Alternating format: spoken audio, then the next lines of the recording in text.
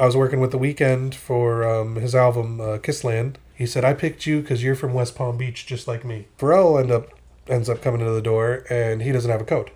And he goes, do you know who you were harassing? And I'm like, no, I don't. And he goes, I was T.I. Honestly, who's an animal is Lil Wayne. You were in Beyonce's presence. Yeah, she was literally dancing behind me. I've been running it for like 8 years. If you beat me in Mario Kart, you get 10 hours of studio time. Hey, and y'all need to start practicing. Hey. Yeah, nobody's come Y'all close. Better get on Mario Kart. That good that no one's ever won. No one's ever won? Not only have they not won, I've gave them a lap.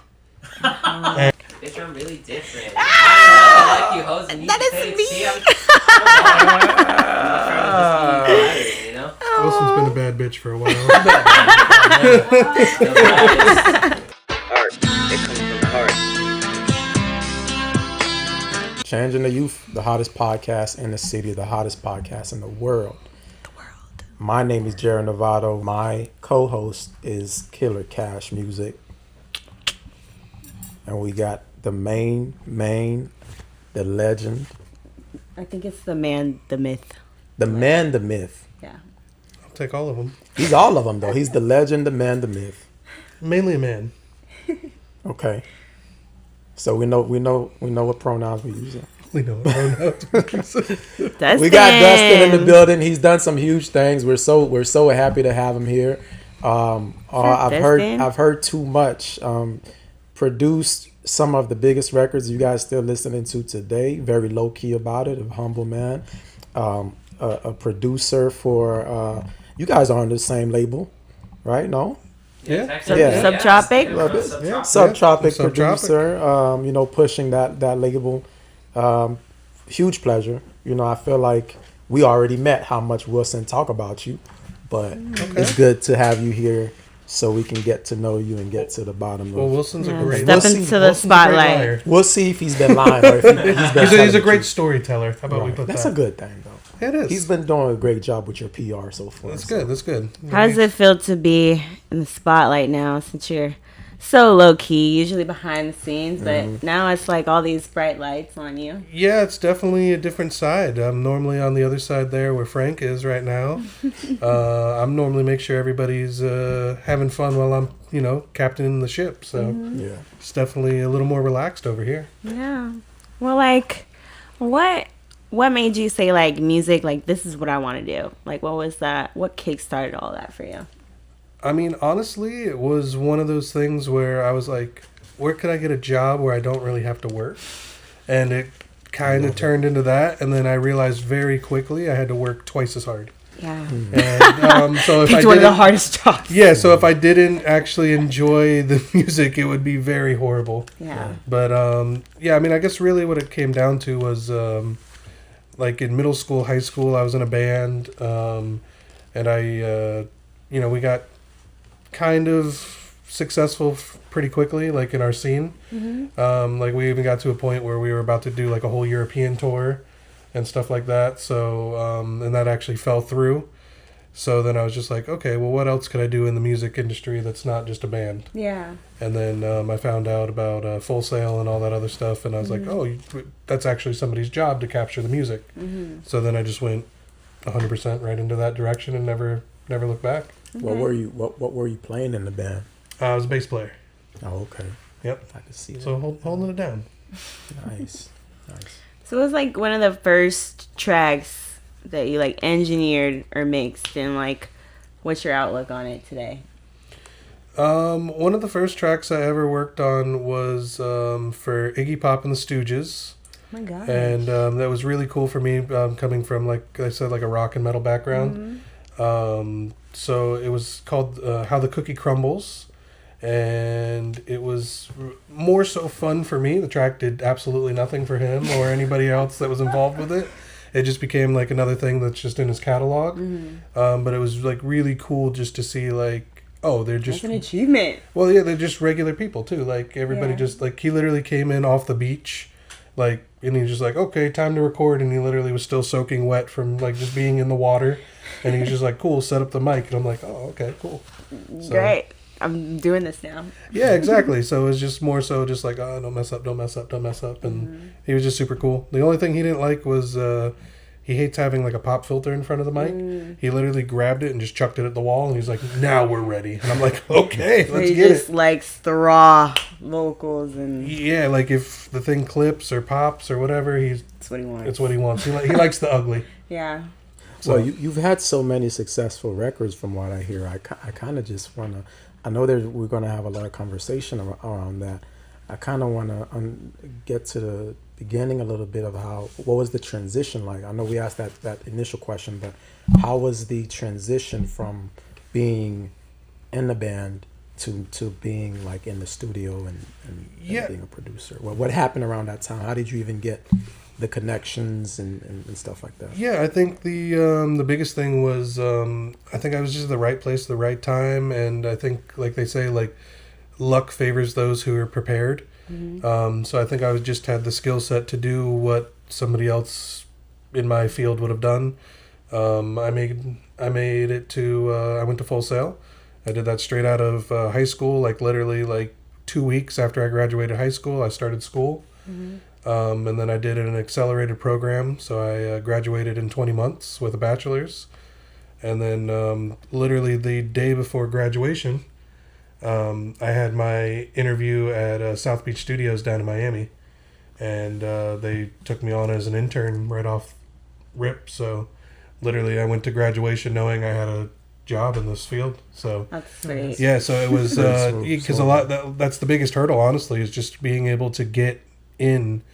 And you know, the guy that I really got to thank for all that, his name is Hart Gunther, and he was at South Beach Studios for many years, and he ran it as one of the managers there. Okay. But it was actually really funny because once I got in there and got to know him a little better, one of the things I said to him, you know, he's like, "You know why I picked you?" And I was just like, "Oh, because I went to Full Sail." He goes, "We get thousands of emails a year from kids at Full Sail." He said, "I picked you because you're from West Palm Beach, just like me." Wow. And like that was the only, you know, so West shout Palm out Beach, West Palm baby. Beach. 561. So you know, like it was Stop just playing with us, man. you know, it was just funny. He was you know, he was a 5'6" kid. He grew up here. He grew up in Jupiter Farms, and Wow. he was just like, "Yeah, you're a Florida boy like me, so Let's do it. you know, let's get it." And like I was like, "That's the only reason." He goes, "Yeah, everything else you'll learn here." Yeah. So yeah, so it was crazy because I was still living up in Palm Beach at the time, so I was driving down to Miami every day. And not only that, but I was driving down every day, and I had to pay for parking. Yeah, South Beach is notorious for the worst parking. Yeah, no, ever. South Beach Tow got me probably like 3 or 4 times. Like I hate them. They're the worst. Yeah, no, they really are. And then They like really are. because they only take cash, and they provide an ATM outside their thing Yeah. that's 20%. Yeah. So they're very kind for that. We'll But tag them on this. We'll tag them. yeah, we'll We get that. still don't like you. I don't even know if they're a thing anymore, but I'm sure they are. But So, how was your upbringing? I'm getting. I'm just gonna guess. Okay. I feel like you're a single child. So it's actually a fun story with that. I guess I was raised, that way, but it's just because my siblings are so much older than me. Okay. So my brother's 16 years older than me, and then my sister's 8 years older than me. Okay. But my sister lived with my dad, and I lived with my mom. Okay. But then, but by the time I was 2, my brother was gone. He was out the house. So, Yeah. Okay. so that wasn't even like a thing. So I was a sibling on Wednesdays and the weekends. Nice. And then Part-time sibling. You know what I mean? Part-time, So I yeah. think which is good enough. But yeah, no, definitely single child. Okay. And what were your interests? Were music from way earlier on? Yeah, I mean, honestly, it was one of those things I was hanging around with. Honestly, it was skateboarding was a really big thing for me. I used to just skate a lot, and then we used to just listen to music a lot. And then one day, the group of friends that we had all skated with, they were just like, "Oh, I'm going to get a guitar. I'm going to get a guitar." And I'm like, "Well, if you guys are getting a guitar, I'll get a bass." Yeah, I was like, "I'll get a bass." And then, finding a drummer was always the hardest part. Yeah. Yeah, It's like- hard. Yeah, no, it really is. Like there was a point where I think we were like 12, and like our first drummer was like 24 or something like that. And it was definitely a very No strange. business hanging out with you guys. Yeah, no, it was a really strange interaction, and like one of the guitarist's parents was just not about that. He's like, "Nah, you guys have no business hanging out with this 20-year-old." And then so That's we're like, crazy. okay, He's really sick at the drums, though. yeah, we're like, but we need drums, and then but it worked out because I was still in middle school while the rest of the bandmates were in high school. So once he got into high school, we found our drummer from that way, and then from there it was pretty smooth. Yeah. Okay. Oh, that's really cool. So, like, did you go to like school? Like, did you have band class or No, anything like that? No? I tried to do as minimal school as possible. So like Smart man. I was I would always try to get ahead of the school classes so I didn't have to do anything in the class. Yeah. So and also too, I guess it kind of helped too, like early on when I did go to school, I guess elementary school, they put me in the gifted programs.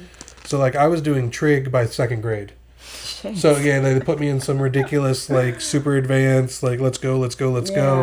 And then by fifth grade, I was just like, I'm not doing all this classwork anymore.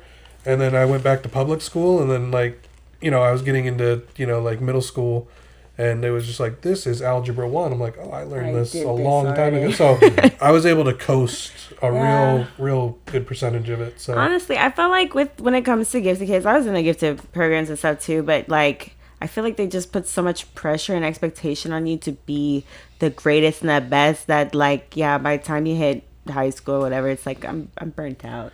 Yeah, and I mean honestly too, like the teachers are easier on the like AP and honor kids too. They really are. Like so, because there was a couple AP honor classes that I actually had, and it was like study hall. It was just like work. They're just like, oh yeah, you guys probably already know the answers. We're gonna go this way, that way.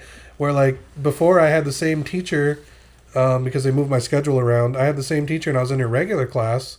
You couldn't finish the work from bell to bell, and I'm just like, what do you? And then I went to the honors class, and it was just so smooth, and she was laughing with the kids and talking with them. I'm like, you treat the other kids like they're, you know what I mean, like they're not here. Yeah.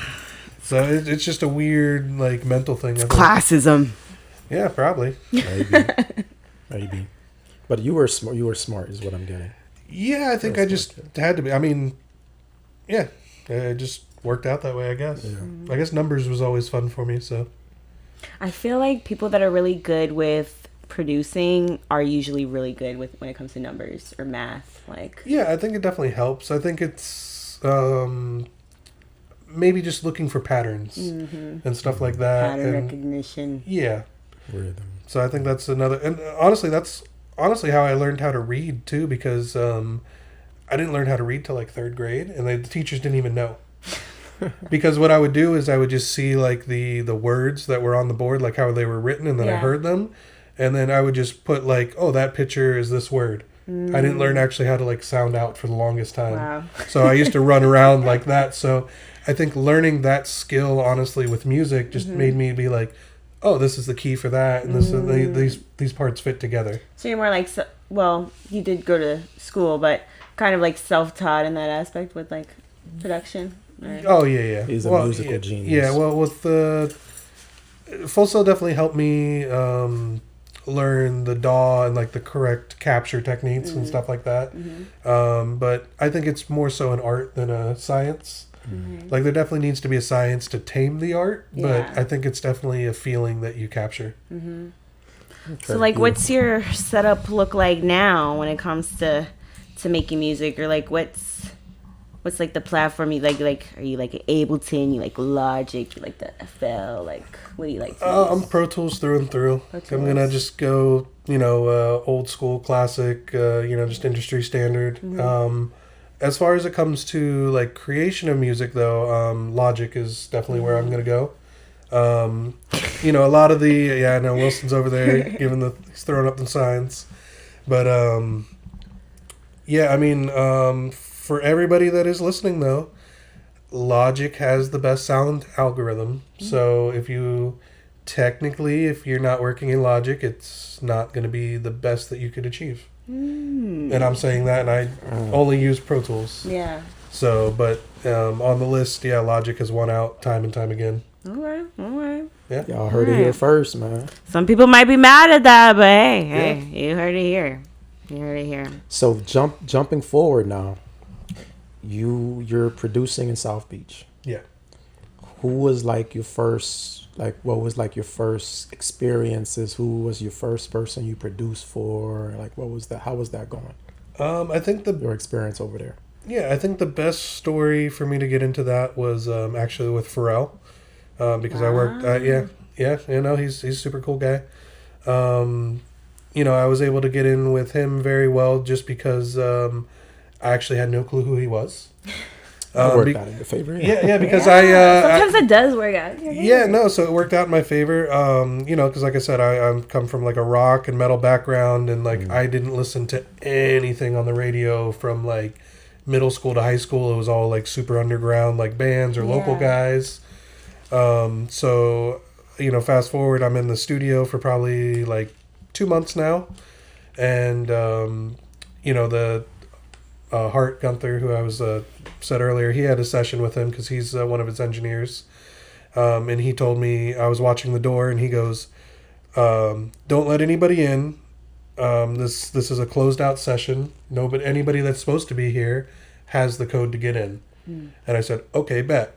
So I saw people come in, I'd greet them, bring them down to the studio, go back up to the front, and then Pharrell ends up coming to the door, and he doesn't have a code. So he's sitting there. He's sitting there knocking. He's ringing the doorbell, and it's just me. It's like Home Alone. It's just like the kids left at the house, and I'm just like, fuck, what do I do? Mm-hmm. And then I literally went to the door. I put my foot against it so he can't like push through. And I'm like, yes. And he's like, I'm supposed to be in the session. I said, no. And I just shut the door right in his face. And then and then I just go back to the camera, and I just see him like shaking his head, and then I see him get on a phone call, and then Hart comes running up from the A room. He looks at the camera and he goes, "Are you stupid?"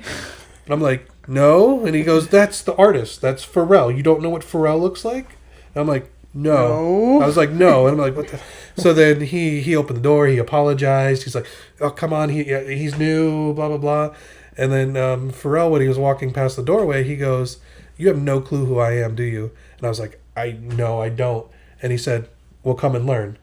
And I was just like, okay. So then I sat in a session for like 3 hours like a scared little child, like this, just like, okay, this is what he's doing. And then I literally watched him, how he worked.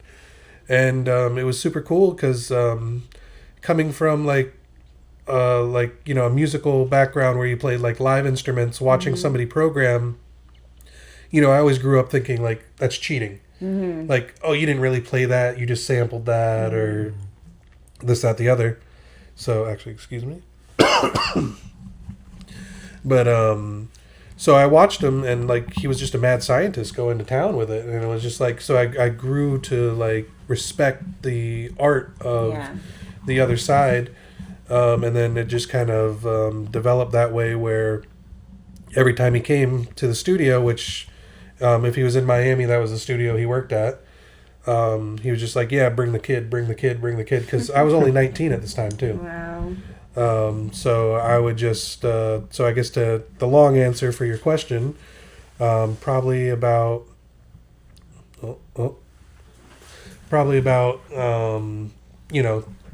third month in after this, I started recording and tracking Pharrell's vocals for a lot of songs that he did for like the Girl album, and some other things he did for like the SpongeBob movie, and that's amazing. And then anything he was frequent there. That's where he. Oh yeah, because he was living in Miami at that time, and that was like he either went South Beach Studios, Satai, or Hit Factory, but he definitely favored South Beach Studios because his travel engineer Mike Larson was. He started at that studio, and he came up through that studio and then ended up traveling with him. That's really dope. So that was kind of like home base for everybody. That's a great entry, or I would say you basically were shadowing them at some point, I guess. So that's a great training into the industry, and that's awesome, bro. Yeah, no, and then it was like any artist, like he was bringing through, like I got to work with too. So even if he was just doing like production, he would bring them there to do like the vocal cuts and stuff like that. So it was definitely the right place at the right time. But I guess the best piece of advice is treat everybody like you don't know them. Yeah. Because if they're humble enough, they'll show you who they are. Yeah. No, that's I love really that. dope. I love Yeah. that. What would you say is like, now that you've kind of worked with some major artists and things like that, is there anyone who like particularly stuck out to you or like has a really funny way of recording? Any funny studio sessions? Oh man, I could probably write a book on like the weirdness of some of these people. Because you know what I mean. At the end of the day, a lot of these guys are, they're artists and they get trapped in their own writing processes and stuff like that. Mm-hmm. I think not somebody that I per se worked with, but just happened to be at the studio at the same time. Mm-hmm. So I guess my side of the studio was, not my side, but the side I was working on that time was Studio B. Mm-hmm. So the way the South Beach Studios worked was there was like a hallway, and the left side was all Studio B, and then the right side was all Studio A. So people would meet in the corridor, and then they would kind of like split off. So I was on Studio B side. I think, I don't know if he's even fun to talk about right now, but Kanye was... he was in Studio B side. They were actually producing the Yeezus album there. So I was running the session, helping all the like producers and the songwriters. So it was kind of funny, like the chain of how everything was. So they had the songwriters in the lobby, and in the booth was Kanye working with the songwriters, writing the stuff, and then in the actual control room, they had probably like 3 or 4 different producers making the beats and all the music, and I was kind of like facilitating all of that. So I was just jumping between room and room, like, okay, capture's good over here, this is good over there. One of the producers actually spilt a cup of his dirty Sprite on the console, and the sound went out immediately, and I was like, oh, panic mode, panic mode, panic mode. So the cleanup closet was actually on the Studio A side. So Studio A side actually had a locked out session for T.I. Oh no. So I go busting into Studio A side, and I need to get in this closet, and there's this guy standing in front of the closet, and I was just like, move! Because, like the other board would just went down. I need to get this, soda cleaned up really quick. And he goes, you talking to me? I said, yeah, I'm talking to you. Get the fuck out of the way. And then he was just like, and then he was like thrown off. Like no one's ever talked to him like that. And then like 4 security guards get up from the couch and like, who are you talking to? And I was just like, I don't know, but I need to get in this closet. I work here. And then he just kind of chuckled and he like stepped aside, and I grabbed the thing. And I went and cleaned up my mess. And then later on, I got called into the office the principal's office by the owner, and he goes, do you know who you were harassing?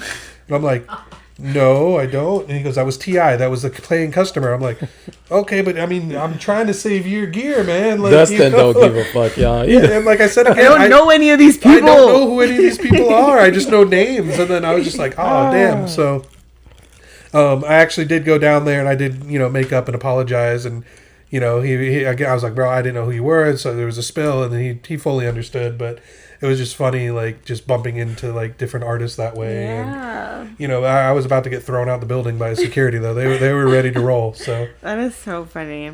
Oh. But, yeah, I mean, there's plenty of stories like that. I mean, it's just great. Like I said, I could probably write a book about just, like, the different, like, Who did you know? Who did I know? Yeah. Who in the studio like just came in and you were like, oh my god, this is someone who I been listening to or know about? I mean, like I said, the first session I ever did, Iggy Pop and the Stooges. But after that, Ludacris. That was a cool one. That was a cool one. But because the cool thing about South Beach Studios was it was inside of the Marlin Hotel on South Beach. So all the artists would fly in and they would stay in a hotel room above the studio. And then they would just walk down. They would take an elevator downstairs, and then they would come to the studio door and be let in. Okay. So he was literally just like in gym shorts and like a little t-shirt. And Luda. And he just came in and he was just making beats. Like he wasn't even doing anything crazy. He was just listening through different beats and stuff like that. Probably a cooler thing too was the hotel was taken over by Avicii. When he was doing like his little Ultra thing, and all the guys from Ultra actually came through the studio, and they were just like testing their beats out before they actually went live in Ultra. That's lit. So they were just like getting all their sounds and final touches ready and stuff like that. And I actually I had my wife. That was actually one of the days I actually brought her through to show her like the studio, because it was always like I'm at work, nobody's allowed in. So it was actually funny. She was, we were playing FIFA in the lobby with, what's his name? Steve Aoki. And then she was, it was actually funny because she was playing. She didn't play video games, so she was doing. Or I don't play video games like that either. Yeah. So she was just that, and then she was just like whatever, and then he was just like, "Oh, you guys did great," and then he walked away, and she was just like, "Was that Steve Aoki?" I was like, "Yeah, that was." So it was just it was just fun. Yeah. Like getting to see like different people and interact with them on like more personal human level. Yeah.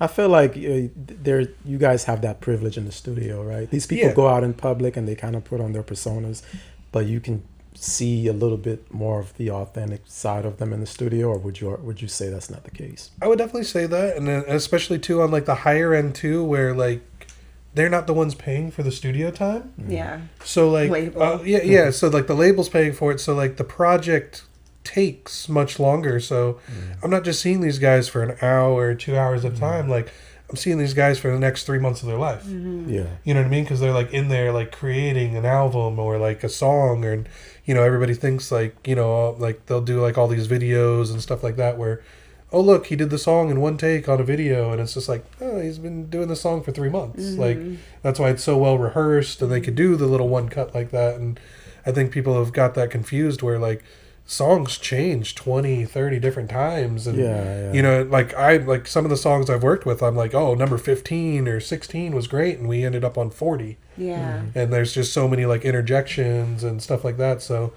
I think being able to sit there with like the same person for like a month or like 6 months or like a year, like you really get to know them. Yeah, that gives you a lot of time to build rapport. And how are the conversations like with some of these people? Like, what were some of the takeaways that you've had? Have you been given any advice about maybe your process or?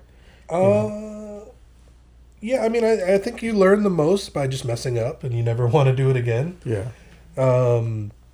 Like just making like little errors that oh, I got to tighten up, or oh, I'm never going to do that again, or like the worst thing you could do is like somebody like just tracks a vocal, and you're just like, oh, okay, we're gonna because you've just been punching the same thing over and over and over, and then that's the one they finally wanted to keep, and you deleted it. And you're just like, they're like, yeah, play that one back, and you're like,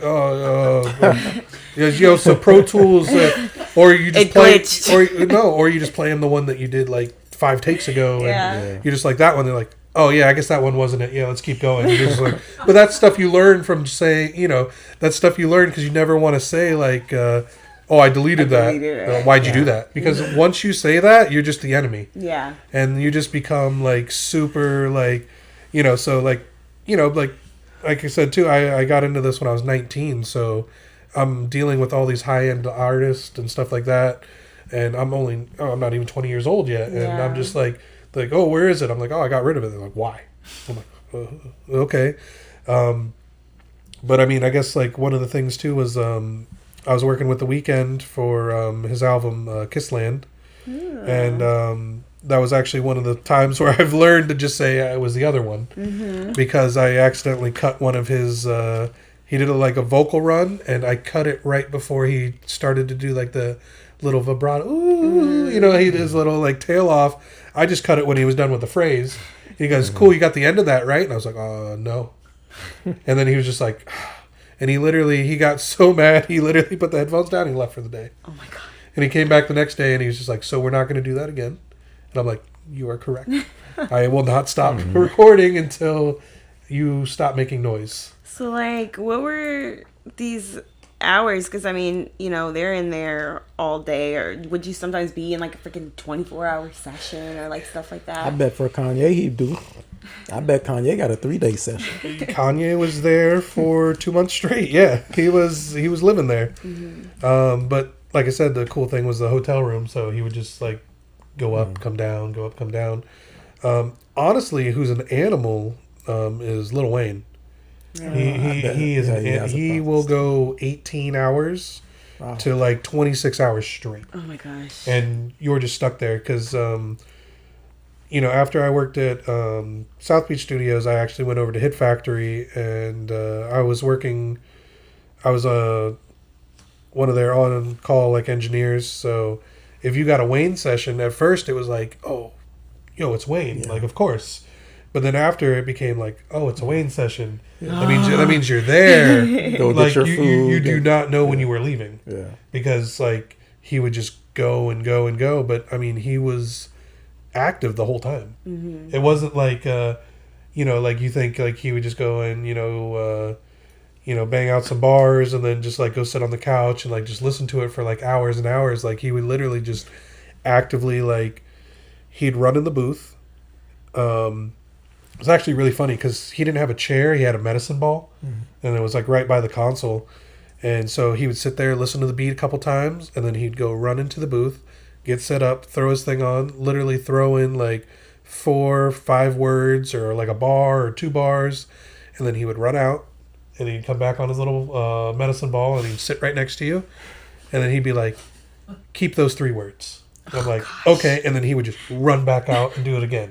And so it was kind of like writing, but like without paper. I was going to say he's freestyling a little bit. Yeah, no, it was all freestyle, but it would be like, just keep this part. Or like, okay, those first 2 words, no. But keep that 1 word, move it over. So working with him a lot got me really good at like flying like singular words around in a bar and then like moving it up, and then once he actually got it, he would just delete that and then he would just hit it one way through. Now I'm curious because Lil Wayne had an interview and he said Jay-Z is actually the reason why he started to freestyle instead of writing. And I know you've worked on some records with Jay-Z. Yeah. And you've been in the studio with him, right? Yeah. How was his process like when it comes to freestyling? When they say he's freestyling, what's your experience with that? When I got to work with him, it was on a work that he already did before, so we were just doing like a remaster, so he was just cutting some new vocals on that. So I think it's stuff that he already had down. So from my perspective, he hit everything just flawless, one take. Oh wow, okay. So on that aspect I can't really speak on, but he really, he's just good. And the best thing he really has is like projection and like voice control. So he really knows how to work the mic. Yeah. And that's a lot of things that like a lot of artists don't really get. They think they got to like sit there and like eat the mic and got to get really close, and that just makes my job so much harder. Yeah. Like he just knew like if he was going to like, really inflect and like get loud, he would back up on it. And then when he needed to be quiet, he got closer, and so he was real he learned how to ride the wave and making the music. It's an MC right there, man. Yeah. That's what's up. But that's because he came up in a time where they didn't have the thing. It was, and that's the difference between an artist that grew up on tape and instead of like, or like early days Pro Tools where it wasn't that great. So, Yeah. Well, let's talk a little bit about you. Those are great. We want more stories, right? You're a veteran. We definitely want more stories, but man, like, what was your favorite? I know you have a few #1 albums. You've worked on some crazy tapes. What's some of your favorite records that you've worked on? Some of the best beats that you've made? Some of the work that you're most proud of? Yeah, I think one of the coolest albums I got to be a part of was, I think for me was probably the Random Access Memory for Daft Punk, because Pharrell was, again, producing that. I didn't do too much of the technical side of the things. Like I didn't engineer too much because it was all kind of more programming based and like arranging, but just being in the room with the guys and just watching how it worked. It was just really like, it's an album that I'm really happy that came out. And it's still one that I listen to like probably almost, I wouldn't say daily, but I definitely see It's in myself coming. rotation. Yeah, I definitely see myself coming back to it, and it's a really like timeless sound. I think another one that I really like is more so me as a bass player. I did an album with Snoop and Pharrell again, which was Bush, and they had Bootsy Collins for all the bass tracks on there. So it was really So it was really cool recording Bootsy. His setup is insane. His bass actually breaks out to like 4 different frequencies and goes through its own pedal boards and he came in with a big star bass too. So it was really cool just watching, you know, like a bass player that I always like was like, oh, I wish I could play like him. And then it's like now I'm recording and working with him. That's really dope. That's really dope. Yeah, that's awesome, man. That's awesome. So, wow. So now you're in the studio, right? You have your label and you're working with some younger up and coming artists. Yeah. People chasing that dream. Do you find yourself being an advisor of such? Just you having worked with legendary artists, and now are you able to kind of correct the artists you're working with, and how are you doing that?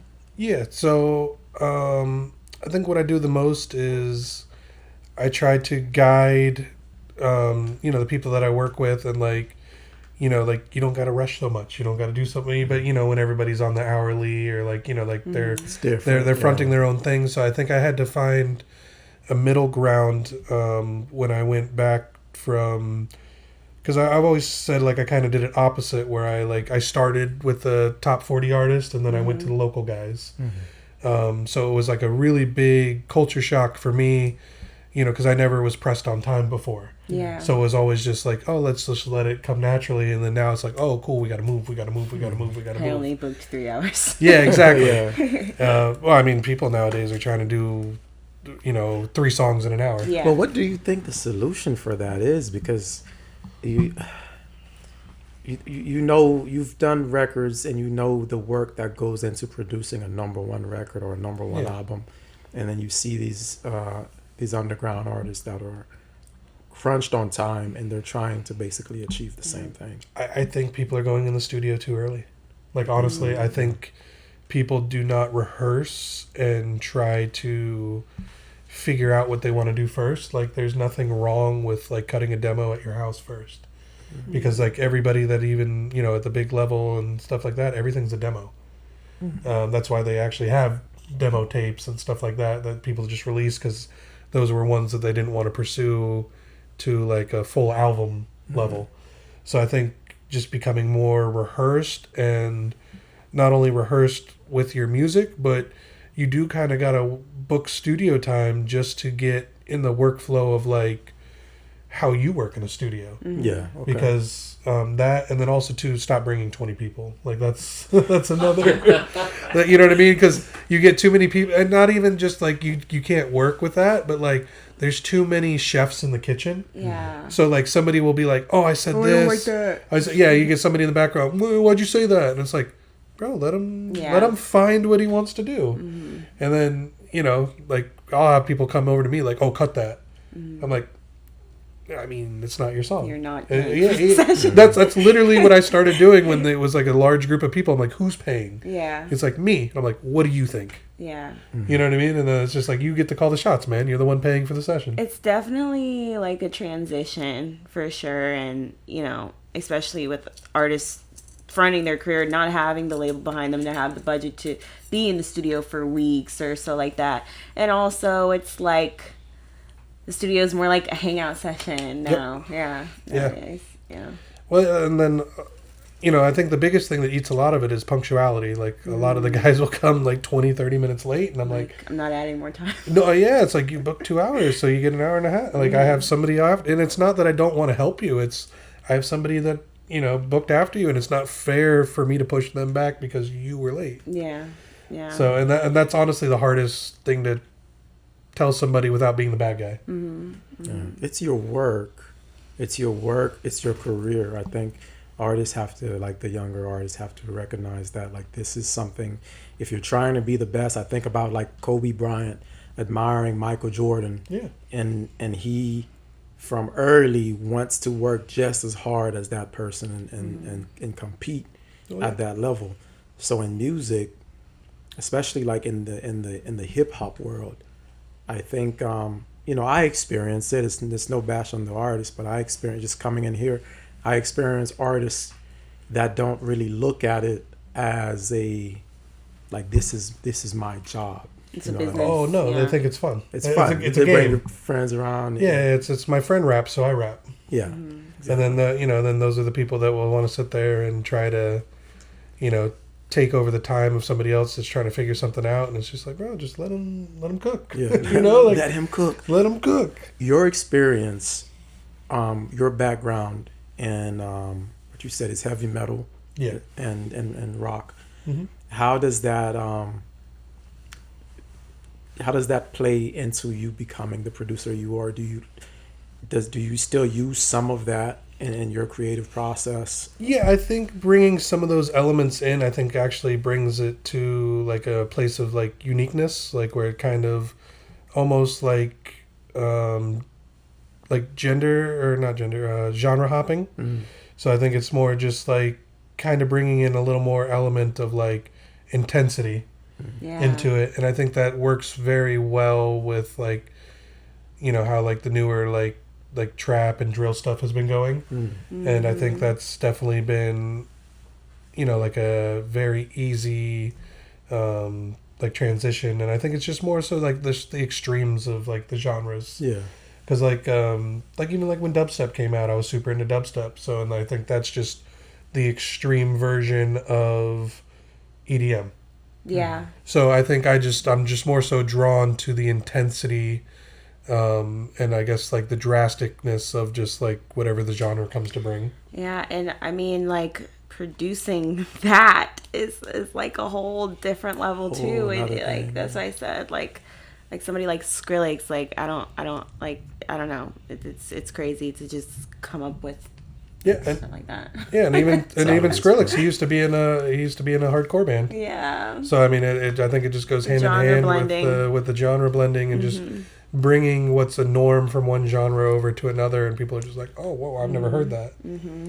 Who are some rock artists you've worked with, or like what are some rock albums or things in that realm? So when it came to the rock, I actually got very, very, very fortunate. The guy that I pretty much learned to mix from, which his name is Tom Lord Alge.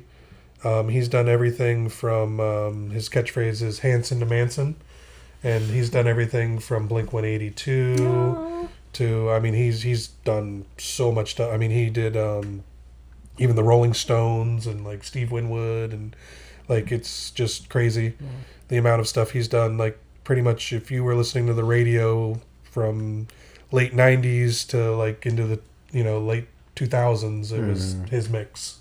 And I actually got to sit in because he had a Studio A at the South Beach Studios. He rented that out, and that was like his home base for like 20 years. Oh, nice. So like during the day it was Tom's studio, and during the night, we were doing like the weekends and stuff like that. So it was like a really big. So I was literally at the studio like every day, all day. And like working with him, I got to work with like Korn. I got to work with Weezer. That was a really cool one. Wow, Weezer. So actually, funny story with Weezer.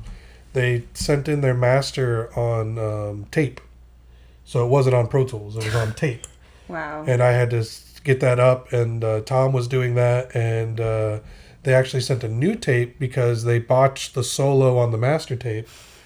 And when you actually got to do that, you have to take a razor blade and you actually have to cut the tape. And Tom was just like, go splice and put the new solo on. And I'm like looking at him, I'm like, what are you talking about? He goes, go in the room, take the razor blade. He talked to me like I was stupid. Like, go cut it like this. And I'm just like, what are you talking? And I was like, so I'm in there and I'm like, that's common knowledge. Yeah, like I had to literally scrub to where the solo was. I had to write down the time code. And then I literally had to take the piece of tape, put it on the table and cut it with a razor blade. And then I had to take a piece of tape and cut the other tape, and then I had to tape them together, and then pray to God it played. Yeah. And luckily I didn't botch it too much. I mean, the end was a little cut off because I didn't want to cut off the drums from the other part. But he was just like, "Yeah, you did 95%. That's good." And I'm just like, "Oh, thank God." I was like, "I'm gonna get fired. My career is over." Yeah. You know what I mean? I was like 20 years old. I'm like, I just started. Yeah, that's a lot of pressure producing at that level. Yeah. But where do you get your elation from what you do? Because in every creation, there's some level of like completion to where you're like, okay, I get to. For example, for an artist, you produce a song.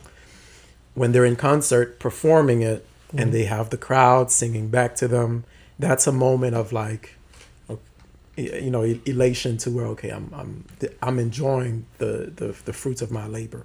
For you as the producer, where does that part come in? Because you're producing and you're going from one to the next to the next to the next. Yeah.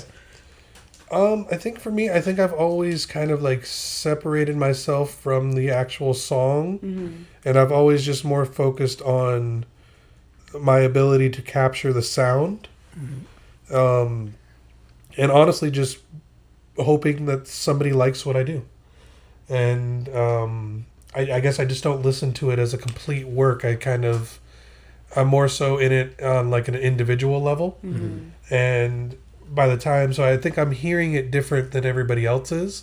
So there's some songs where I'll listen to it and I'm like, oh wow, that's how it is now. Like if I'm heavily working on a project for like 6 months, and then I hear it like 3-4 months later, I'm just like, wow, that really was a good, because I'm the whole time like, oh, the drums suck. Yeah. Or this, or oh, I could have done that better, or oh, that was the best we could have done at the time, or this, that, and the other. And then I listen back, I'm like, wow, I did that. Yeah. And it just becomes, I guess I didn't really answer your question, but I mean, it just kind of, I guess I just am always so focused on making it sound good, and I'm always hyper focused on what's wrong with it. I don't get to enjoy it until months later. Comes because like every time, like my wife will be the first one to tell you. Like I come home and I'll just be like, "That was the worst session I've ever done in my life," or I'll just be like, "Oh, that was horrible. That was this, that," and then but the whole time the artist is like, "Oh my God, thank you so much. This is the best I've ever sound," and I'm just like, okay, bud. Yeah. And then, but then I go home and like I said, I'll just randomly go through things that I've just done and I'll just listen back to it. I'm like, oh wow, that sounds way different than I remember it because I think I was just so hyper analytical about it. Yeah, it's very technical. It's like if you have a car and your mechanic works on your car and he makes a beautiful, a beautiful engine, a beautiful car. And you go out with it, and everyone's just like, "Yo, your car is just amazing. This is just a great car." But no one ever thinks about the mechanic that works on. Oh yeah, he's like, "Oh, piston 2 ain't firing 100%." Yeah, it's like everything's so clean, so crispy, and then you never really think about the people the cumulative work that it took to get there. Yeah. So I'm just curious where that comes from, like where that source of enjoyment comes from for the person who works on it. Yeah, I think you answered that pretty accurately. Yeah, I mean, I think I don't enjoy it at the time. Absolutely. I think that's what it is. I think it's just it's like a love-hate thing. Yeah. I think at the time it's you get lost in just like trying to do your best for the people that you're working for. And I think like Wilson said it earlier when he was talking about like producing and stuff like that, like it's never done. Yeah. Like it could always be better, or there's something you could always fix. And I think there's a level of where you just got to leave it alone and let it be its own thing, because people will always be like, oh, well, the bass on this song was the best, or the guitars over on this song were the best. And those are the songs that you always go to reference and you try to, capture that. But you got to realize that song's not that song. So it's okay. And then, some parts of this where, the drums were a little too loud or this, that, the other, that's what people were drawn to that song, and that's what made them like it. So everything, I guess there's perfection and imperfection. Yeah. When you're not in the stew or working on beats or engineering, what are you doing? I am at home with my pug. What's your pug's name again? With my pug, his name is Abelard. Abelard. Abelard is actually Wilson is the godfather of Abelard. Oh, listen. So, Okay. he's we actually rescued him, and he is our child now. Me and my wife. It's definitely our baby. He's the biggest little pug you ever seen. He's Sounds spoiled. he literally. We were just talking about that the other day. He literally has. We counted them like 9 beds throughout the house. He has a little bed, a bear, and a blanket in every single one. And everywhere in the house he has his own little bed. We are almost obsessed with the point where we don't leave him alone. So somebody always is with him. So Abelard. That is legit your baby, man. yeah, no, he is. Do that, and I guess Mario Kart. That's kind of my thing. Mario Kart is pretty cool. Yeah. Still love Mario Kart. Yeah, I've actually had a thing at the studio now where I've been running it for like 8 years. If you beat me in Mario Kart, you get 10 hours of studio time. Hey, And y'all need to start practicing. Hey. nobody's come Y'all close. better get on Wait, so Mario you're Kart. that good that no one's ever won. No one's ever won? Not only For have they 10 not hours. won, I've gave them a lap. And I still win. Wow. What do you do? Are you playing like Messi? Like you throwing all the Mario- bananas at them? Yeah, No, you gotta play defenseful. You just gotta keep those to protect yourself. Don't fire at nobody. You use those to guard you. Oh, dang. But 10 yeah. hours on the table if you could beat Dustin. 10 hours of studio time. Yeah. You just gotta beat them. Yeah. Wow. We're gonna have to find the. You know what? It's gonna be our mission to find the best Mario Kart. The best now you guys got opponent the for you. platform to do that. Low-key, Dustin's like probably, just from what I've heard, you're probably. We don't interview a lot of producers, and I think we should start. I mean, we've interviewed a handful, but you're probably the best producer in Palm Beach. Reputation, Got the accolades. and accolade wise, And you got And the Frank was showing me all the things he worked on. discography. I said, oh my God. Yeah, no, I mean, How have we not? We've made producer lists before I knew who Dustin was, and he was nowhere on them.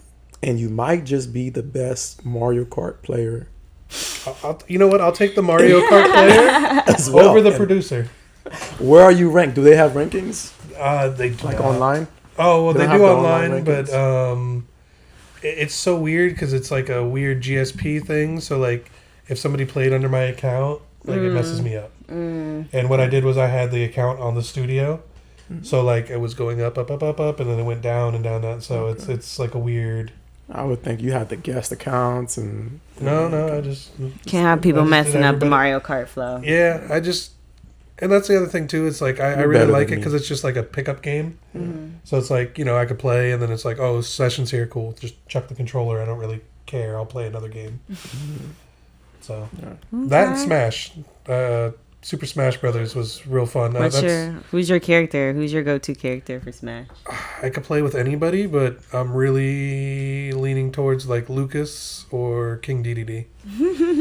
But that was another thing too. Everybody that's ever worked at the studio, like every intern I've ever had, has learned how to produce very well, and they've also equally have learned how to play Super Smash very well. Because like in our downtime, that's all That's we what would y'all do. do. That's what y'all Yeah, do. so it was like, oh yeah. They're like, oh yeah, house compressor. Yeah, You're that's tracking their progress right Yeah. there with Mario Kart. Yeah, no. So in Mario Kart, nobody ever bit on that, but I wouldn't either. the what you call it, the Super Smash. There was Super a point. Smash always a hit. Yeah, but people would get pretty good with that, like So that's one thing. I raised up a bunch of producers in town as well as Smash players. Wow. We asked them for the solution earlier. Then we said, Dustin, what do the new artists need to do You gotta get good at to Mario Kart. maximize their studio time? Y'all just got to practice Mario Kart, and you And could Super have Smash. 10 hours of studio time anytime you want. Yep. I mean, I guess. I'm putting it out there. I mean, technically, a Switch is cheaper than 10 hours of studio time.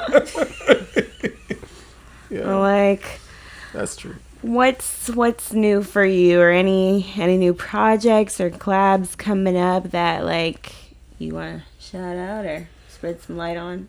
Yeah, I guess just to shout out some of the Subtropic family. I'm also a part of that. Me and Wilson started that. And we got a couple of different artists. Like you were saying, we have Linda Pages that's going to be coming new with us. And yeah, just checking out some of the artists we're doing there. We got Drew. He should be dropping some more new music coming soon with ideas. So we got a couple more things in the works there. So, I mean, just checking out the Subtropic family. Wow. Sweet. Shout out Subtropic Records. I love everybody over there. You guys have some of the most talented group of guys. Just natural, raw talent that I've come across, and I'm excited for what you guys are building. In addition to that, Subtropic Records as a label, and you having worked with artists and understand how labels work, what's some advice you have for artists? Just general, like just game industry, that's gonna really help them in the professional aspect and the higher they go up in their career. Yeah, I think they just need to learn, or not even learn, but to like expect like it's a process. Like it's not an instantaneous like I make song, I drop it, I'm number one. Nobody has dropped a song and it's just gone number one. They've had a catalog or they've worked on stuff so I think just knowing that just because you made something that didn't instantly take you to the top, you learned what not to do, and it's kind of trial and error and finding what you're doing. Because I mean, even if you look at like some artists, like they have released stuff for years and years and years, and then a song they did 3 years ago just instantly became popular, and then everyone's like, oh wow, it's overnight. Yeah, because it's old for you doesn't mean it's not new for people you've never reached. Exactly. So that's, I think, just something as patience is something that a lot of artists, if they just got 20% more of that, they would go much farther in this career. What about in the aspect of songwriting or collaboration in the studio? Like how you've seen artists work on a project versus how you see an independent artist work on a project? Yeah, I mean, a lot of it is, listening to other people and, maybe taking outside ideas and stuff like that. Because like a lot of, guys on the top end, they have like, sometimes they have 20 to 30 different songwriters. Yeah. And, or just they have somebody that's just there like, that ain't sitting right. And, having and being able to be humble and have that humility to even just accept outside input instead of just, I'm right, I know what's good for me. And that's good to have. And if you're very secure in what you want to do as an artist, that's great. But, if somebody's giving you an idea, it's not always hating. Yeah. And just being able to like switch between like, oh, that's hating or that's an opinion. Because at the end of the day, that's somebody that's going to listen to your music. Yeah, because it's a very divisive view on that when it comes to at least hip hop, when it comes to songwriters. Oh yeah. Like we're gonna name who's Drake's ghostwriter? You work with Drake? I actually have never worked with Drake. So what we're gonna do? We're gonna name. I want to name like 10 artists. You could name 5. Kelsey, I'll name 5. I just want to see if he's worked with them. Artists that you haven't mentioned yet. Okay. I'm just curious to see. Like you said, like Jay-Z, Lil Wayne, Pharrell, Kanye. You work with Sexy Red? No, I have not worked with Sexy Red. Would you like to? That'd be fun. Okay. It'd be fun. I like it. Pound Town 3. Sexy, get at Dustin, man. Get you right. Free studio time. No Mario Kart. I'm trying to think. Nicki Minaj. I guess once removed because I worked on a beat that went to hers. So okay. So that was for the Pink Print. So oh wow. Oh nice. Yeah. So that was yeah. We're at 50%. Yeah, 50%. So one Kevin Bacon away. Okay, that counts. I'm gonna take it. All right. Were you Nelly? No, Nelly would have been cool though. Yeah, I think that would have been fire. No, didn't get to do that. We gotta think of What's a rock his name? artist. Timberland. As a producer, have you co-produced with some great? It might bring some artists in there or something. No, Timberland. I actually worked with Heavy. Because we're at 50% still. No, that one's 100%. That Wow. one, that one actually funded. He had a European artist, and I actually got to travel all over Europe because of that. So shout out Timberland. Yeah, he was. Yeah, he was signed to. He was a Timbo artist. His name was Benjamin Steele. Unfortunately, he got shelved. So nobody will ever hear this music that I worked on for 6 months of my life. So you worked with that person with Timberland? Yeah, so Timberland was providing the beats and the music. So it was kind of, we'd be in the studio and we'd be working and creating like different songs. And it was actually my buddy Manny. Luckily, I got to travel with him. He was doing all the mix down while I was doing like more of like the tracking and like the like all the synth setups, and because it was crazy, like everything was like outboard, like 80s style. So he would go in, we would do the tracks, he would mix it, we'd send it back to the label, and then Timberland would send it back with revisions and like different like mouth drums and all that fun little stuff. That's super cool. Eminem. I am not, but that would be cool. That would have been great. That would have been cool. Akon. I did one session for Akon. I'm so good. I did one. I think we were like one set, but I don't know if he ever released the song. But his cousin actually used to book South Beach all the time, and I never believed this guy because he would just be like, "Akon's my cousin." I'm like, "Oh, sure he is." And then he would just book, and then one day Akon actually came in and did a feature with him, and he goes, "This is my cousin." I'm like, "Oh, okay, cool." So this guy, he's not lying. No, this guy was not lying. And for like a good year and a half, that was actually one of the jokes at the studio. We're like, "Oh, Akon's cousin's coming," So we'd always That's so funny. Yeah. Kendrick Lamar. Yes, I did. I recorded a singular verse for the Bush album, which I mentioned earlier. Oh, nice. Okay. So you that somebody, was Kelsey? J. Cole. J. Cole. I'm not.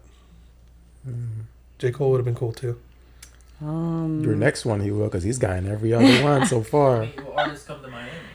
Yeah, that's what I was gonna say. There's a lot of artists that come of, to South yeah. Beach. Yeah, Rick Ross, true. Pitbull. You definitely work Pitbull? with Rick Ross, though. I've worked with Pitbull. I'm actually in a music video for Pitbull. Wow.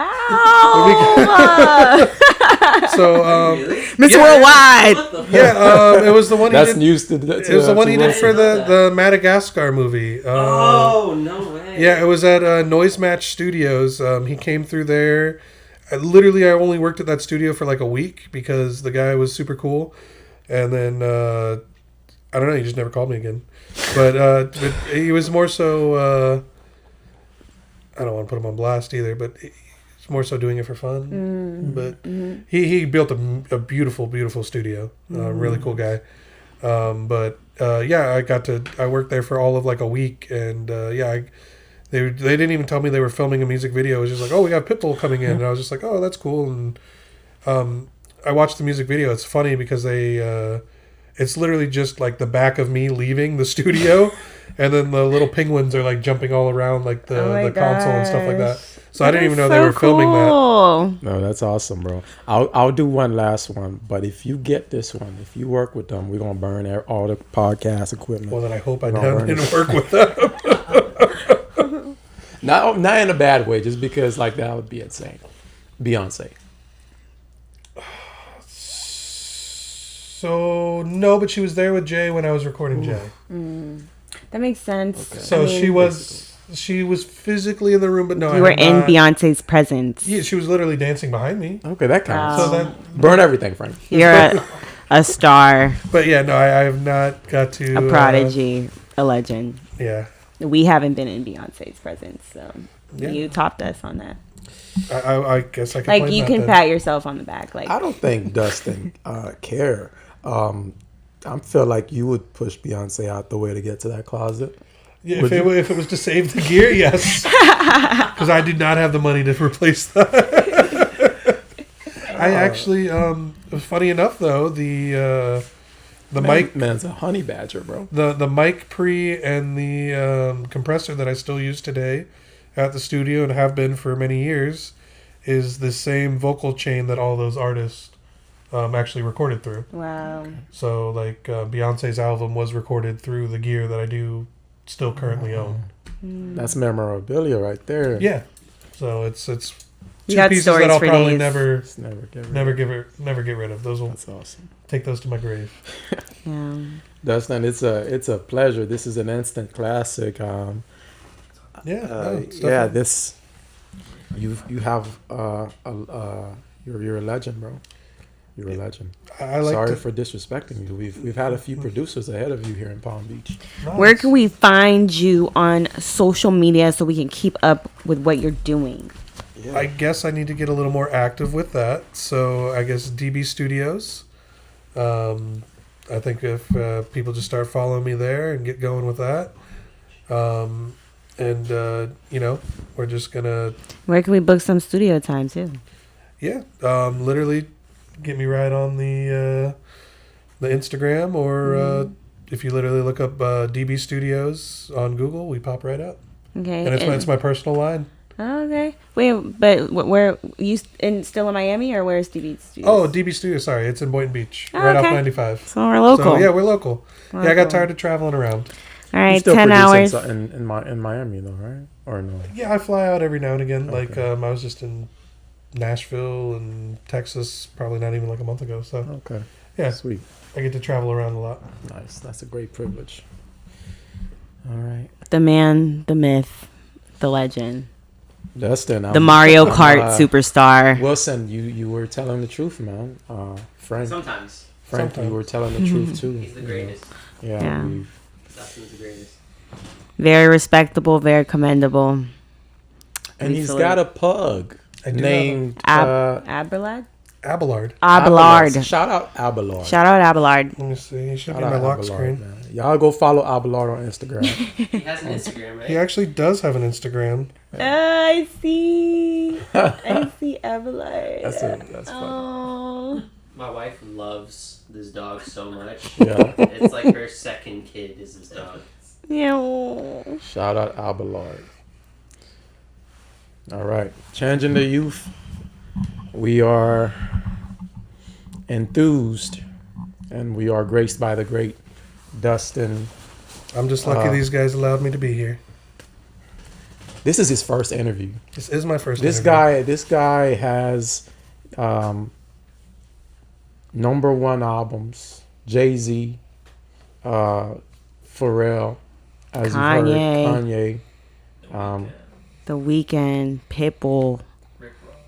Timberland, Rick Ross. And he's sitting on this great yellow couch here. It's a very comfy couch. So thank you for blessing this platform and thanks for having me. allowing us to further the culture here in Palm Beach, man. Yeah, that's what it's all about. 561 West Palm Beach, baby. Shout out Frankadelic behind the camera. Killer Cash music is out. Y'all go check her out. She's putting out some crazy bangers. My name is Jerry Novato. Dustin, it's a pleasure. Thanks for having me, boss. And we're Thank you, out. The thank greatest you. podcast in the world. Art, it comes from the heart.